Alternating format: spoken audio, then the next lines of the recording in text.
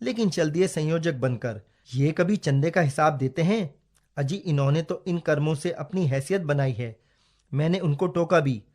भाई साहब, आप उनके सामने तो उनकी इतनी तारीफ कर रहे थे और उनके जाते ही उन पर पिल पड़े। उन्होंने बड़े भोलेपन से उत्तर दिया, यार, बुराई करने का मजा तो पीठ पीछे ही है। सामने तो मूर्ख कहते हैं, और हमारे कहने से क्या होता है? लोग मौज उड़ाएं और हम जबान से भी ना कहें। मैंने यह अनुभव किया कि वे जब किसी की निंदा करते हैं तो तटस्थ भाव से करते हैं।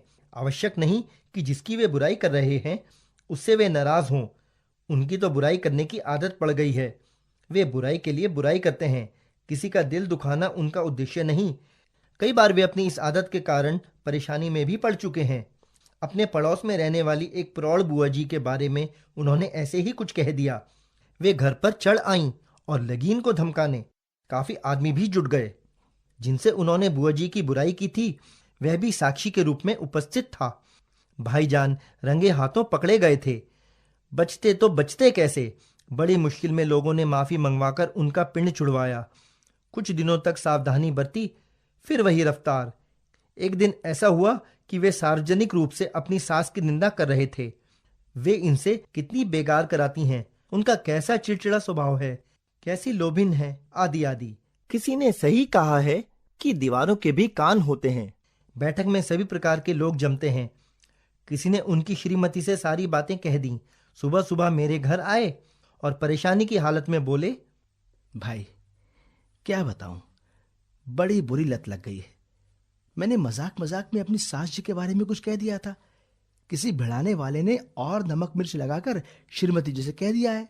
कल दिन भर घर में खाना नहीं बना।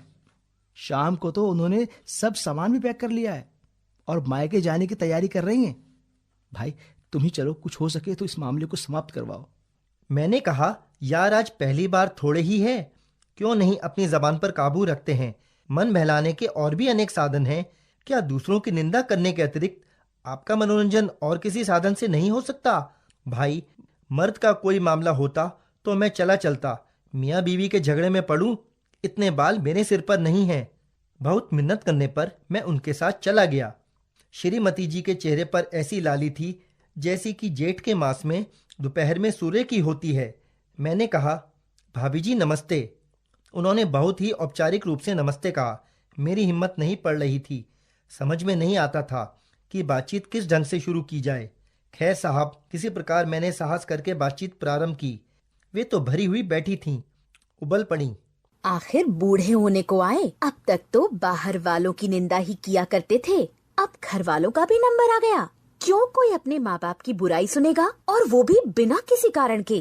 भाई साहब, नित्य ही निंदा करने के कारण इनकी दुर्गति होती है, और ये है कि इस आदत को नहीं छोड़ते। अब तो पड़ोसियों ने बोलचाल बंद कर रखी है, जिसकी देखे बुराई। मेरे बहुत समझाने बुझाने पर उनका गुस्सा उतरा। उन्होंने श्रीमती जी के सामने प्रतिज्ञा की कि वे किसी की निंदा नहीं करेंगे। लेकिन मुझे पूरा विश्वास है कि वे शीघ्र अतिशीघ्र किसी की निंदा करेंगे, क्योंकि वे निंदा को ही रसराज मानते हैं।